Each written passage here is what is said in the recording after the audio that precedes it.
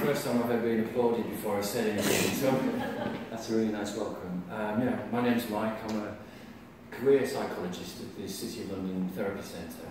Where I do combination of life coaching and therapy. I'm also a school teacher, and my coaching and therapy practice has grown alongside my teaching practice. What happened for me was every year since I started teaching, which was in 1998, I think that's when I started doing the teaching practice. Every year I just seemed to notice that the pressure on students to produce results just seemed to get more and more and more and more and more and more. We were just talking earlier because Mike at the front here, he's the head of year 11, and went, which school is it? Okay, did you all hear that? Yeah. You've noticed that maybe just in the last 4 or 5 years you're seeing an increase in anxiety, and I think what's happening is that head teachers are being put under more and more pressure to produce results, and then the teachers are then put under pressure, and I know that as a teacher myself. I feel much more pressurised in my job, and where does that all go? It ends up with the students, doesn't it? You know? And as parents, we want the best for our kids, and so the pressures come in from the, not that we want to put pressure on them, but we want them to succeed in that system. So this metaphor of a pressure cooker is something that really seems apt for me for what's happening in education at the moment. And my personal opinion on it, and my professional opinion on it, is we don't need to do it this way. I don't think it's helpful. I don't think it's helping the students. I don't think it's preparing them for well-being in future life. I think it's just scaring them. Yes, some of them are learning to be more resilient. Yes, it's important to get qualifications, but they're not the be-all and end-all of your life. I don't know how many people agree with that statement. Okay. Actually, interestingly, I'm just of interest. How many? I can see some kids in the audience. How many of you are taking exams right now? Anybody take exams? Yeah. Okay. Yeah. What year groups are you in? Year 7 and 8. Anybody year 7 and 8? That's you guys over there. 9, 10 and 11. Okay. 12 and 13. Anyone? Okay. Any educators in the room? Teachers? Yeah, quite a few teachers. Okay, grand. And parents. I've got parents. Yeah. So everybody's got. You've all got an investment in this, I guess, right? Yeah. Okay, so I want to tell you a story, Davina's story. The turning point for me was it was about, I don't know, 5 or 6 years into my teaching career, and also I've been training as a life coach. I've been training as a therapist, and I was a form tutor. And it was at the end of the day, and the kids were just hanging around in the form group, and there was a group of girls together, and they were just, I was thinking, when are you going to go home? Because I want to go home. And they said to me, well, Sarah, have you heard Davina sing? I was like, no, I didn't know Davina had a good singing voice. And they were like, oh no, she really does. She has a great singing voice. You should go on, Davina, sing for Sarah, sing for Sarah. And Davina doesn't want to do it. She's a shy, quite shy girl. Bit of context, her family came to England, her mum and dad came to England, and they were their first generation immigrants. And her mum, I know her mum, she used to put a lot of pressure on Davina to do well in school, and Davina was a really conscientious student. She suffered from a lot of anxiety as well. But I was like, okay, so Davina, didn't know you could sing, Davina, and then they were like, go on. So they're trying to force her to sing a cappella in the classroom. And Davina, eventually she did it, and she started singing, and this beautiful voice just came pouring out, and I was like, oh my God, you've got an incredible voice. Do you have any plans to do something with that? And she said, well, yeah, I do have one dream, but I have to be serious. I have to be practical. And I was like, oh, wait a second, here it comes.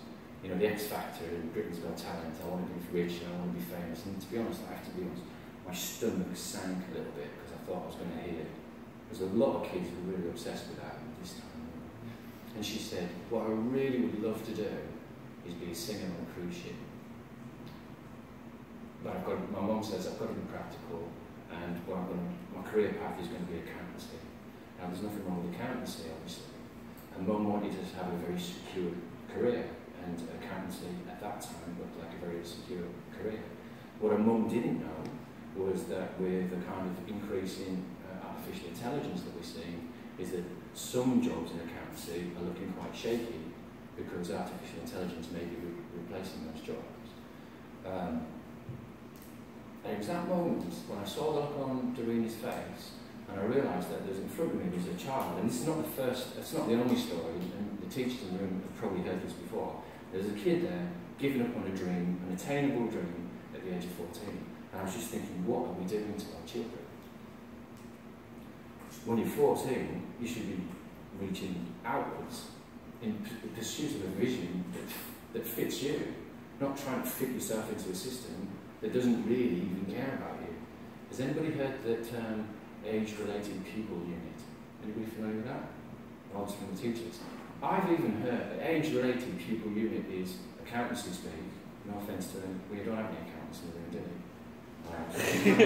No offence to you. I've actually heard the school leaders refer to students as units, almost like we're processing units.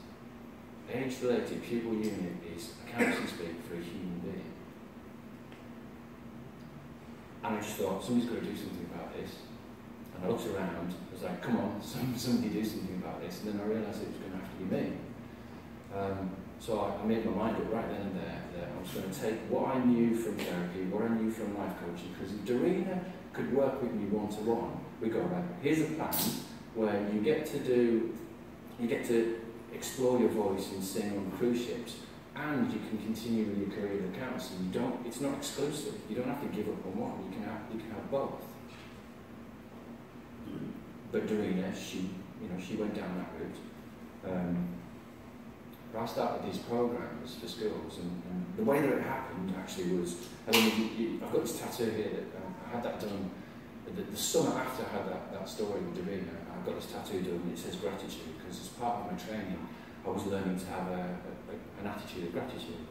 And a group of kids during a drama lesson, they just looked at me and they saw the tattoo and they're like, "Sir, what have you got gratitude tattooed on your arm for?" And I was, we've got to get on with the learning. I've got targets to meet. You've got to get grades to get again. No. Why have you got gratitude tattooed on your arm? Because we want to know. I was like, okay, well, if I think about the things that I'm grateful for in my life, I feel better. My mind gets focused on what's good, and I notice more good things, and generally do come in. And generally, my life gets better. And they went, "Oh, that's interesting. Would you teach us that?" And really, that was the moment where everything changed, because I said, "Yes, I can. If you come at lunchtime, we'll have a little group, and I'll start teaching that stuff." So they came. 12 of them came at lunchtime, and we just started, and things grew from there. So up to this point, I've coached about 3,000 students, parents, and teachers in the system that I'm going to take you through today. The question that is on right at the front of my mind right now is this one: is why don't schools teach students how the mind works? And why isn't that at the centre of the curriculum? I can't find a good reason for it. When you're born, you're born with, you get a body and you get a mind. And if you know how your mind and your body fit together, and you can understand how your mind works, then you can really start designing your life and living the life that you really want to live. I learned how my mind works because I went through the school system. I was very successful in the school system. I ended up in a career that required a degree, and I was then back in the career system, and I didn't know how my mind worked. And I got to the point where I was ready to take my own life because I was so unhappy. I was suicidal, I was depressed, and when I went into therapy, I realised I'd been depressed for a very long time. And the therapy process essentially is learning how your mind works. Essential information. Why don't we do it? There are no good reasons for it. So what I started doing was teaching kids how the minds work. And the first thing that I introduced them to was this model called I call it the T-file model. Now, it's not the only model out there for understanding how your mind works, but I find it elegant, and I find it simple, and I find that kids of any age can understand it. Teach it to parents, teach it to educators. By the way, in my private coaching practice, I'm teaching PhDs who are doing postdoctoral research, and I'm teaching them how their minds work. I'm teaching exactly the same things to the people with PhDs as I'm teaching to the people who are getting ready for their GCSEs. I find that really interesting. So the TFAL model, really simple. T stands for thoughts, F stands for feelings, A stands for actions, R stands for results. If we work backwards, if we start with results, what the TFAL model is saying is that if you stand over there and give feedback, actions cause results. It's pretty straightforward, it's cause and effect. So if I'm at the bus stop in London where I live, and I want the bus to stop, I've got to put my hand out, or the bus driver is just going to go straight past me. Maybe somebody else at the bus stop will put their hand out, but I'm leaving it up to somebody else to decide whether I get on the bus or not. So actions cause results. Can I do a hands up thing? How many people, and that's straightforward, right? You all get that. It's telling us that feelings cause actions. So I'm motivated either to move towards something that I think is going to make me feel better, or to move away from something that's going to make me feel worse. The example I use when I'm talking to kids about it is saying, well, you know, if I get on the bus and I'm not looking at where I sit, and I sit down next to somebody, and then I suddenly realise that they've got a bit of a BO problem. There's a bit of a funny smell, and then they're eating some fried food and it's making me feel a bit queasy. And then they've got the music on their phone and they're just playing this tinny music that I can't stand. Then they start muttering to themselves like, kill, kill, kill, kill, kill. I'm going to get up, I'm going to move away from that person because I think I'm going to feel better the further away I get from them. If, on the other hand, I'm feeling thirsty and say there's a bottle of water somewhere, and I'm motivated to go towards the water and take a drink because I think I'll feel better when I quench my thirst. And that's basic human motivation. TFAL model is saying that thoughts cause the way that we feel. Have you all done, when I say feeling, I'm talking about a physical reaction in the body. You might have done this experiment before. Could you, in your mind now, could you just imagine that you've gone home and you've taken a fresh lemon from the fridge or from the fruit bowl or from wherever you keep your lemon. And if you're not that posh, then get some Jif. You can take the top of the bottle. Then take that lemon in your mind, just do it in your mind, and then raise it up to your mouth, and then bite into it. How many people did that? How many people got salivated when they did that, yeah? Okay, so no lemon, no Jif, and there's a reaction in the body. Thinking changes the internal environment. So we're saying thought causes a feeling. So essentially, the first thing for young people to realise, and actually for all of us to realise, and for me, because I didn't know this when I wanted to take my own life, because I didn't understand where my feelings were coming from. It was actually coming from my thinking. Another story, so I was running this programme. As I'm a drama teacher, you can kind of tell, right? You know, I had a student in my class I inherited the class and I had them for year 8 and I had them for year 9. And there was one child in the class, her name was Dylan. All of these stories about girls, because I work at a girls' school. And Dylan, she had this glint in her eye. You know, she wasn't nasty or rude or anything like that. But could I get her to take any risks or to get involved in any of the work? No, I couldn't. And was she good at distracting the other kids? Yes, she was. And was she a pain in the rear end? Yes, she was. And I failed with her. 2 years, I just could not get her to engage with the material. In a drama lesson as well. It was just too risky for her. And then I ran, when she got into year 10, I ran an exam magic program in the school and she came along. And then about 2 or 3 months later, I was on duty at the playground and I saw her. And I went, all right, Dylan, how's it going? And she went, oh, it's amazing, sir. I was like, what? Sorry? And she said, yeah, do you know what? I'm getting A's in my tests now. And I'm getting on with my, by the way, she was a truant as well. She was bunking lessons. I'm getting A's in my tests. I went, all right, that's good. And she says, I'm getting on with my mum and dad as well. I'm behaving better at home. And I was like, oh, right, okay. Dylan, don't take this the wrong way, but ever since I've known you, you've been a pain in the arse. used that language because we had quite a good relationship, right? And I said, what's changed? And she said, well, it's that TFAR thing that you showed us there. She said, before, I just didn't think it was worth trying. I just didn't think I could do it. But when you showed us that TFAR thing, I thought, well, if I change the way I'm thinking, maybe I can change my feelings, and then maybe I can do it different. And she just went ahead and she did it, which is something that I hear over and over and over and over again, because, you know, if you don't really understand this process, you're lost in it. But when you get the process, you've got something to hang on to. That was my reminder to tell Dylan's story. Now, it goes deeper than this though, because consciously thinking about changing your thoughts is only part of the story. I want to show you a clip from the BBC Horizon documentary. It's a few minutes long, and what you're going to see is you're going to see brain researchers talking about how much of what we do in terms of our thinking is conscious and how much of it is subconscious.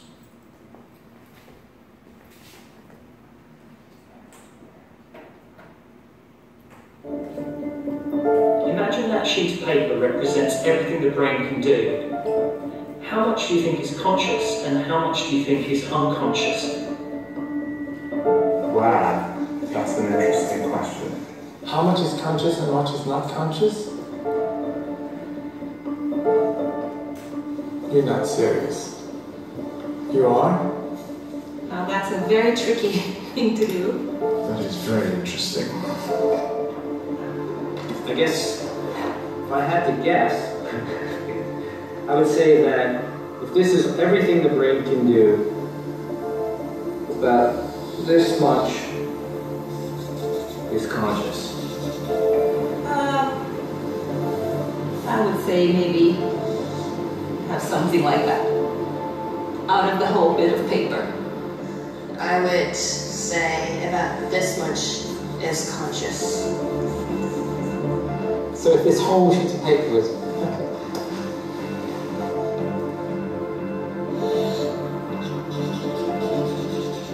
Well, I will probably draw something small in the middle, like that, just to represent the conscious bit. That's my guess. I have no idea.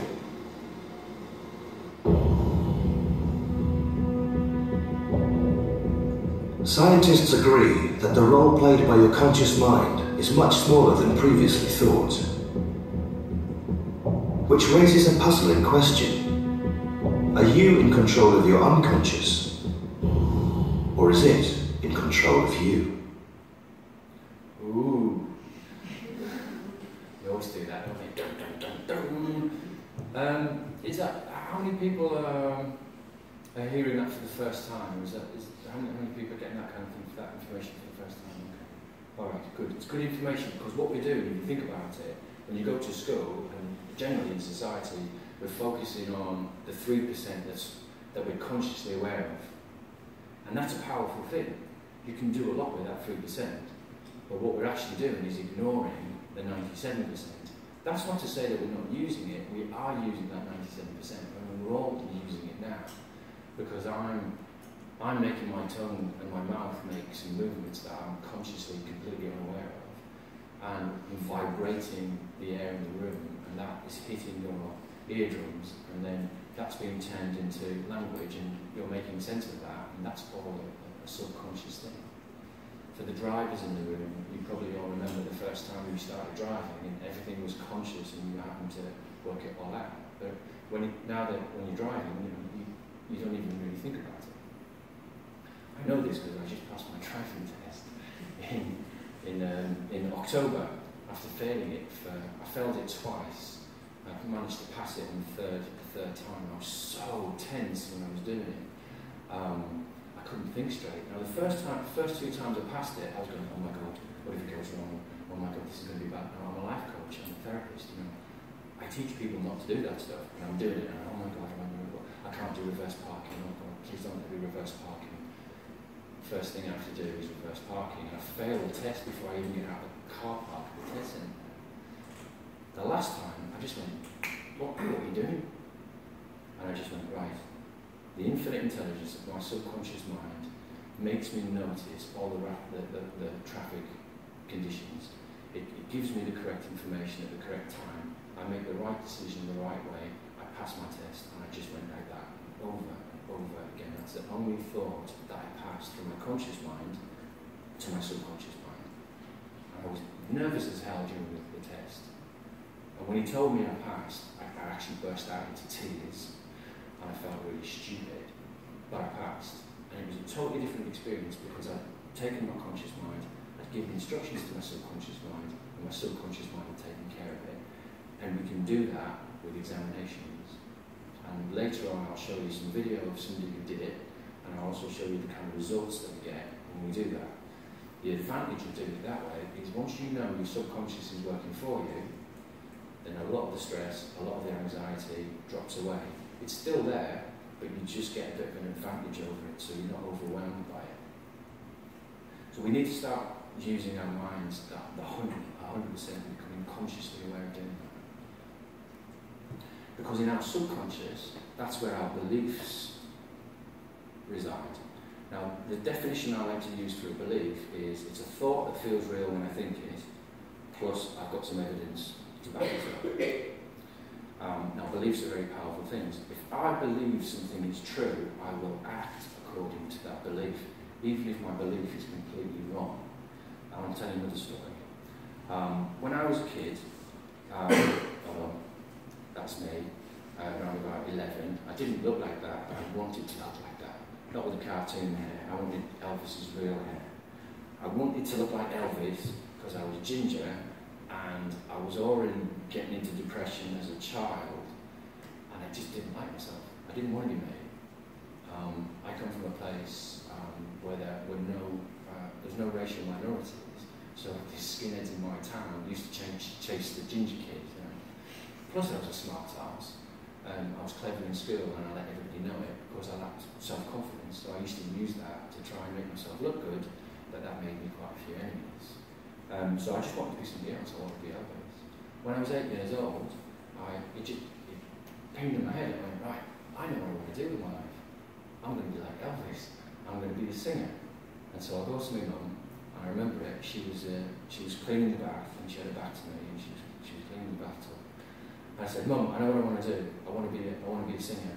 I want to be like. I didn't tell her I want to be like Elvis. I want to be a singer. And she went, oh, and she stopped. And she went, oh. That's nice. Nobody in our family can sing. Your dad can't sing. I can't sing. Your granddad can't sing. None of us can sing. Now notice she didn't tell me that I couldn't sing. But right there and then, a belief started to take root in my subconscious mind, because we get our beliefs from, one of the places is from our parents. And I thought, okay, that didn't go very well.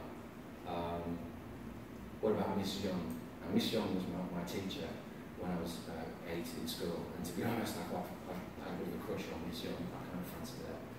I was kind of a randy little ginger kid, to be fair. Randy little ginger smart ass is what I would describe myself as.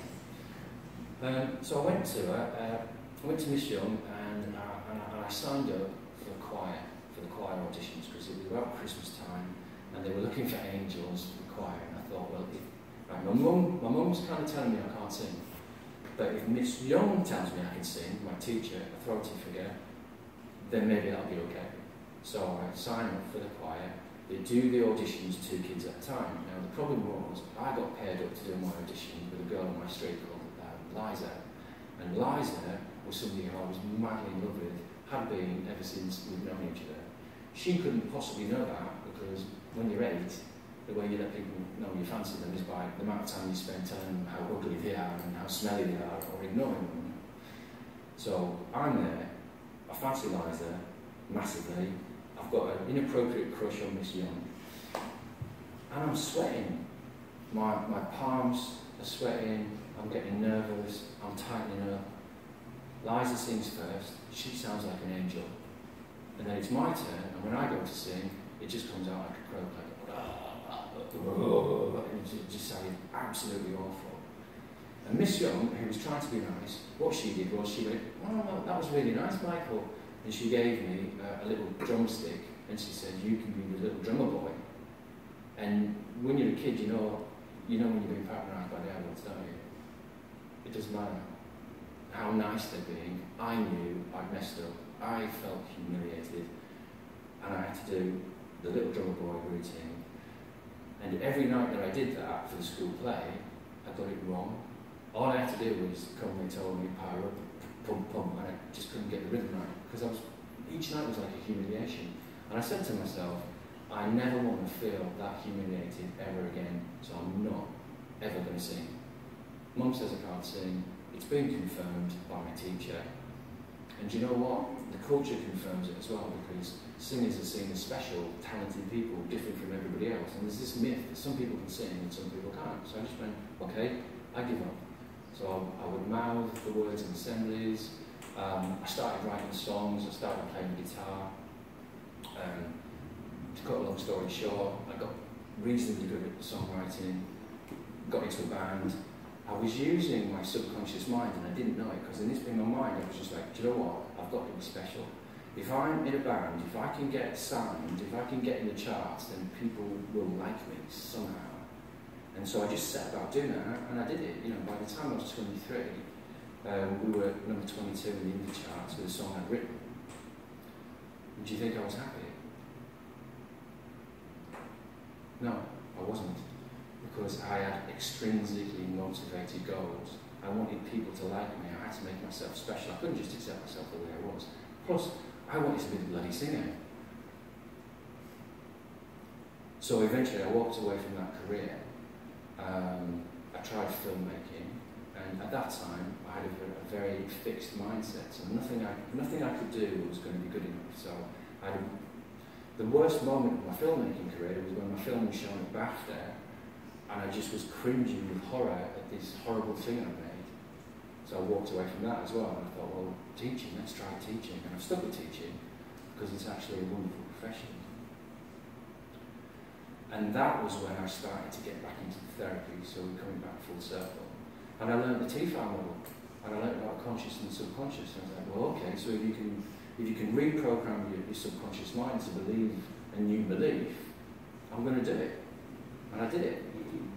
And I looked at it, and I went and got lessons, and I trained myself, and I joined a choir, and I did anything I could to be able to sing. So what I do now is, what I would like to do now is sing a song for you. And I would like you to bear in mind that when I'm doing this for you, this is something that I once thought was impossible. It's a belief that shaped my life to the point where I walked away from one career. In my second career, in my mind I was already a failure, so my second career was a problem. And this is stuff that I think a lot of kids are suffering from this. I think a lot of people suffer from this, and my contention is that it's actually completely unnecessary. So you might not like the song, but I am going to sing it for you in tune. And to do it, I'm going to switch off this technology as well, otherwise it won't sound great. How's that? Okay. Take a drink. Any musicians in the room? Oh God, there's always one, isn't there? Okay. All right.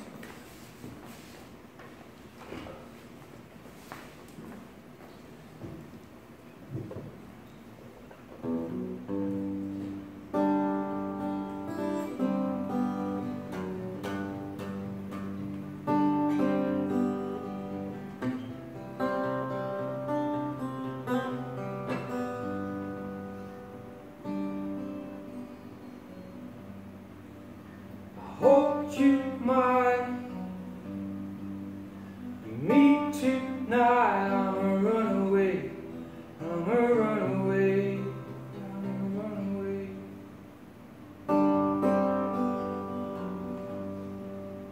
A fading light, afraid you might run away, run away. Christ was no prisoner who could take you back. You and I held the captive.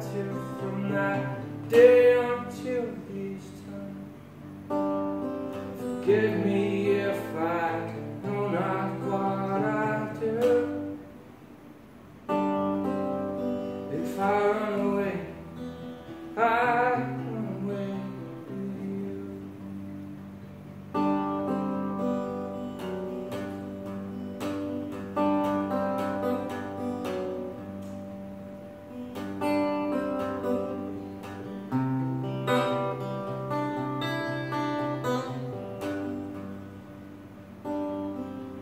I'm a runaway, you run away with you. I'm a runaway, let me find my way. I hold you.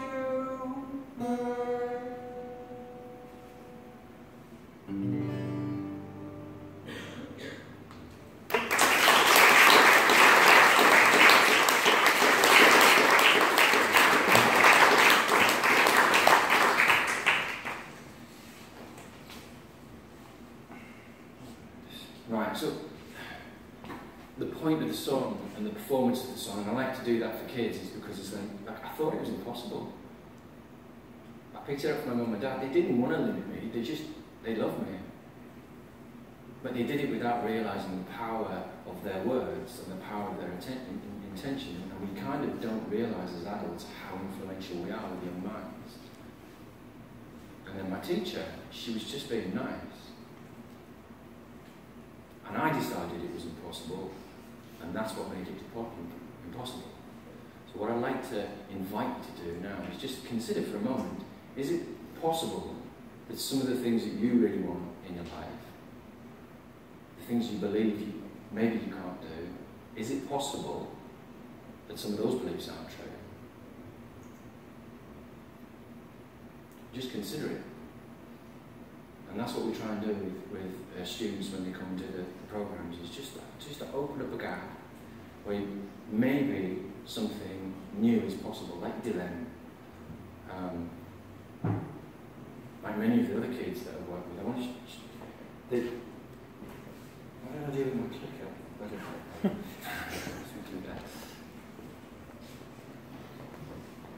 When you start to work with your subconscious, you can teach yourself to do this, and you can teach kids to do this. That voice that's always running in our heads, that can be changed as well. How many people in the room talk to themselves? Be brave. How many people do it out loud when they're walking down the street or the corridors at school? It's me. And we all talk to ourselves. And so one of the things that's really powerful is if you just go with an audience of kids and say, how many people talk to themselves? And I don't talk to myself. My people talk to themselves. I'm not mad. But when everybody puts their hands up, we just realise because we're constantly doing that. We've got self-talk, we've got positive self-talk, and we've got negative self-talk. And sometimes we can be our own worst enemies. So compassion really starts at home, where we start to be kinder to ourselves. And you can what am I there? You can coach kids. You can coach kids and adults and whole communities to start to be more compassionate and change the self-talk. It's all about repeating ideas that then get into the subconscious mind. And I think for me, one of the best ways to do that is through the use of technology.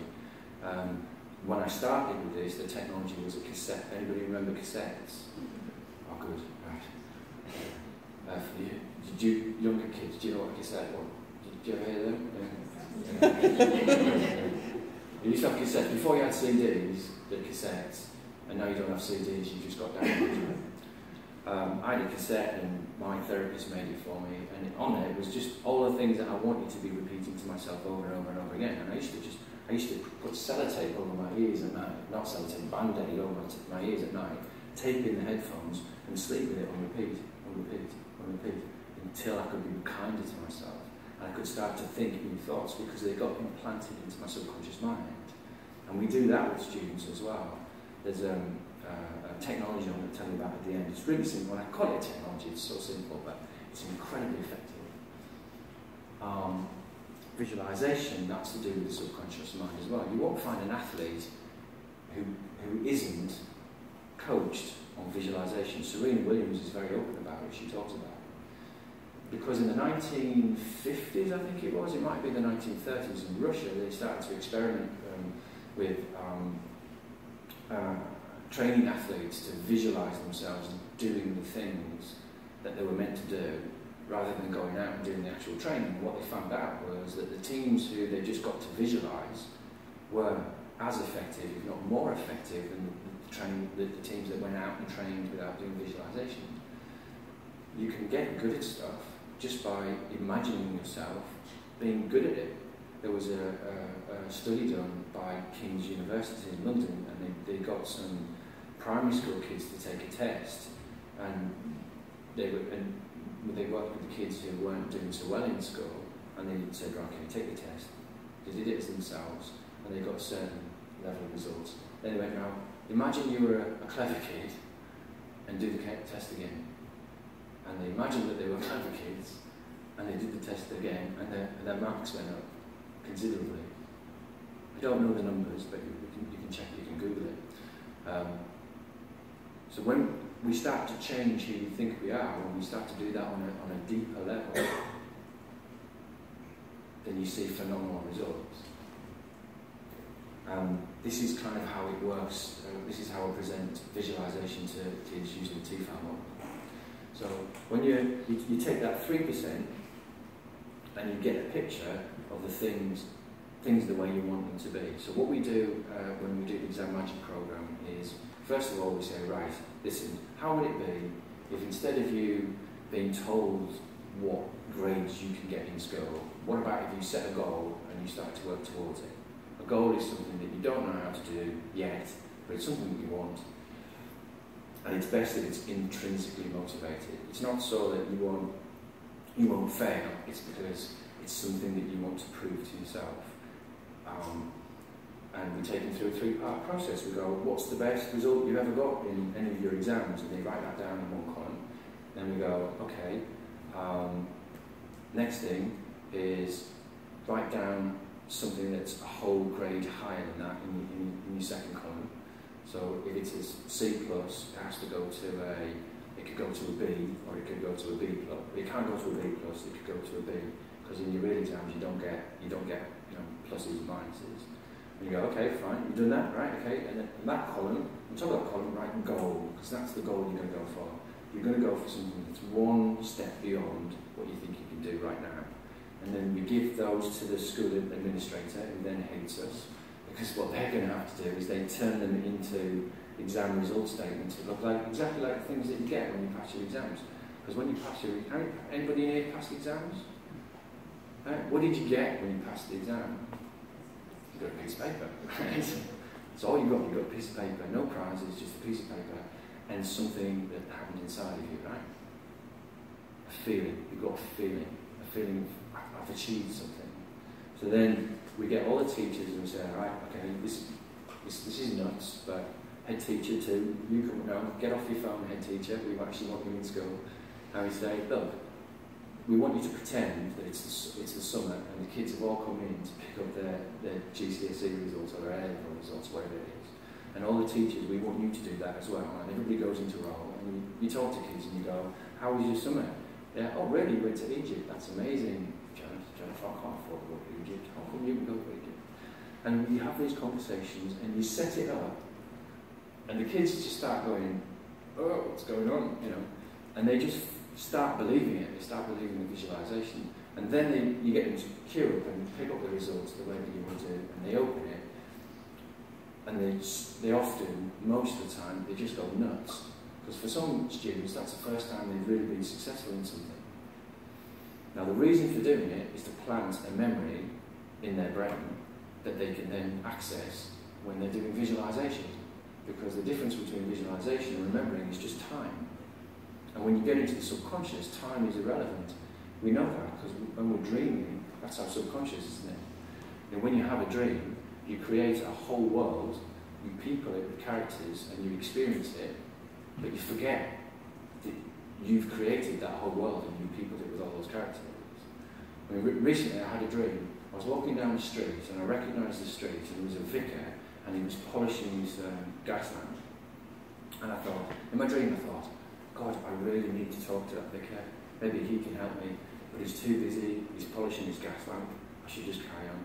And then I carried on walking down the street, and then there was an antique shop, and I thought, oh, I really feel like I need to be around some old things, so I'll go in the antique shop, but it's locked. Anyway, I don't have the money to buy any of the stuff, it looks really expensive. Then I woke up and I went, what am I doing? That was my church. I made that vicar. I own that antique shop. I could have just made the door open. So even in our dreams, we kind of limit ourselves. I mean, does everybody do that? We limit ourselves in our dreams, and then we wake up, and we don't think we're powerful beings. We're incredibly powerful beings. When you start doing this stuff, incredible shifts can happen. You take the image of the thing. So with the kids, they've got this emotionalised picture. They know what it smells like, they know what it sounds like, they know what it tastes like, they know what it feels like to pass their exams. And they think about that as if it was real now, because the subconscious mind doesn't have any time attached to it. And they do it over and over and over and over again. And the technology, which I'll show you in a minute, just helps them to do that. And eventually, that new thought starts to take root in the subconscious mind, and the feelings start to grow in the body, and you find you start doing things differently, you take different actions, and of course when you take different actions, the results change. One of the first kids I ever gave this, it's basically a recording, was Amanda. Amanda was in my drama class, clever kid, totally nutty bombed in her mocks. And I was having a conversation. I said, what's going on with you? She said, well, I'm not going to revise, am I? I said, why not? She said, all my friends are going out. I'm going to look stupid if I say, oh, I'm staying in and I'm revising. And I went, okay. And I made this thing for her. It's the same recording that we've used now for nearly a decade because it works so well. I gave it to her, and then 3 weeks later I said, what's going on? And she said, it's weird.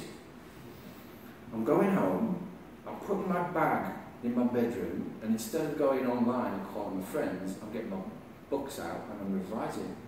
It's like, interesting. And you hear that over and over and over and over again because I call it an audio patch. It's like a patch for your mind, you know, like a software patch, just to make your mind work a bit better. What it does is, the first thing it does is it's a guided meditation. It's a mindfulness meditation, and it takes you down, and it makes the wall between your conscious mind, that little blue dot, a bit fuzzy, so it's easier to get ideas in there. And then what it does is it does some positive self-talk. It says things like, you're always in the right place, at the right time, doing the right thing, you find it easier and easier to remember things. When you're in the exam, you choose the right question, you answer it in the right way for you. And then the last thing is an end goal visualization, which reminds them of the role play that they did. So essentially, they can do this really powerful process, and all they really need to do is fall asleep for 12 minutes listening to a recording. Simple as that. We've moved with the times, we've turned it into an app, which is free. There's one for iOS and there's one for Android. And this is the kind of thing that happens when kids will do it. This is Danny. Danny was one of my favourite kids to work with because she was so resilient. She was such a wonderful kid. She came from Angola. She missed the first term of year 10 completely. She turned up in my class just after Christmas. She didn't speak a word of English, only Portuguese. She also had some family issues going on. Her mum had basically abandoned her. She was dealing with a lot of stuff. When she came on the Exam Magic program, she didn't even really understand any of the stuff I was talking about. But what she did do is she did the role play and she got the audio patch. And this is her. This is the moment after she's just opened her exam results.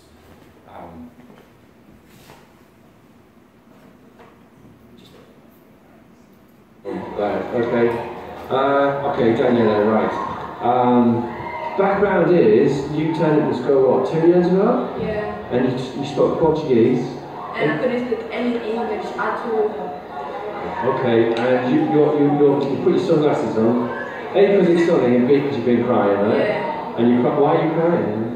I'm really happy. I feel really bad on my maths and English, and I did better than I expected. And I'm really happy about it. It's happiness is, I guess. I'm came with my heart in my hands, and it was being so fast when I got here. It was the best result ever. I can't just looking at it. My lowest grade was a D. I'm so proud of myself. And so, oh right. Now, when you set goals with Exam Magic, I mean, actually, when you did Exam Magic, you probably, a lot of that was like in a language you couldn't really understand, wasn't it? When you set your goals, how close are these ones to the goals you set for yourself? Really close. Really close. It's just one, and the English one, as for B and a good C. It's only that one. And I'm really proud that I achieved my goal. How far, but I still did it. Okay, so, I mean, do you think Exam Magic helped you? And if it did, how? It really helped, because every time when I was like in my room by myself, I started listening to the audio part, and I started thinking, team far.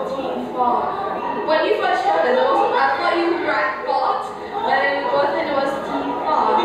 Thoughts, feelings, actions, and results, and I did it. I feel really proud. So, what have you learned from this whole experience, would you say? I learned that if you believe, if you're positive about doing something, you can do it. It's all about your thoughts. If you think, I can't do it, I'm down, I really can't do it, I'll get bad results, then you will. But if you think, I can do it, I can reach the top, you will. Thank you so much. Just ask you on camera as well, is it okay to share this with other people on the internet? Or yeah, it's alright, I don't really mind. And okay. I'm saying, guys, you are going to love it. Yeah, Danny, I mean, so, you know, as a teacher, that's really a rewarding experience to see somebody go through what she went through and to have that personal triumph. And for me, it's more than the grades that she's gained. It's that she's learned something about herself. She's learned that she's resilient. She's learned how to set goals. She's learned how to reprogram her mind. She's learned how to overcome obstacles. You know, it's a growth mindset. I know some of you know Carol Dweck's work, and you know, really this is very much based on a growth mindset model. One of the most amazing times for me is on this day where I go in and I talk to the kids and I say to them, my favourite, what have you learned from this experience? And they go, I've learned to believe in myself. And as a teacher, for me that's job done. And that's actually what schools ought to be about. Come out, you've learned to believe in yourself, you've learned some life skills, you've learned some stuff that you're really interested in, maybe you've found something that you're incredibly passionate about, or maybe you're on the road to finding the thing that you're really passionate about, and you know how. You don't know exactly how you're going to do it. You've set some goals and you're going to be able to work towards it. So that's, for me, I think that's where we need to be going with education. And unfortunately, we're not really there, but we can get there. Click is there, right? Click is there. So this is what happened when we did this, and we measured it over a 3-year period. So Hertfordshire University Department of Psychology did a 3-year longitudinal study. In the first year, it was a voluntary program. Kids came after school. What we measured is the kids who turned up, stuck out the course, and what we just measured is the kids who completed the course. It was a voluntary thing. It was adjusted to take account of prior attainment. In the first year, the kids who took the course compared to the ones who didn't got 4 grade points higher per GCSE than the kids who didn't take the course, which was pretty good. That gets you over the D-C border.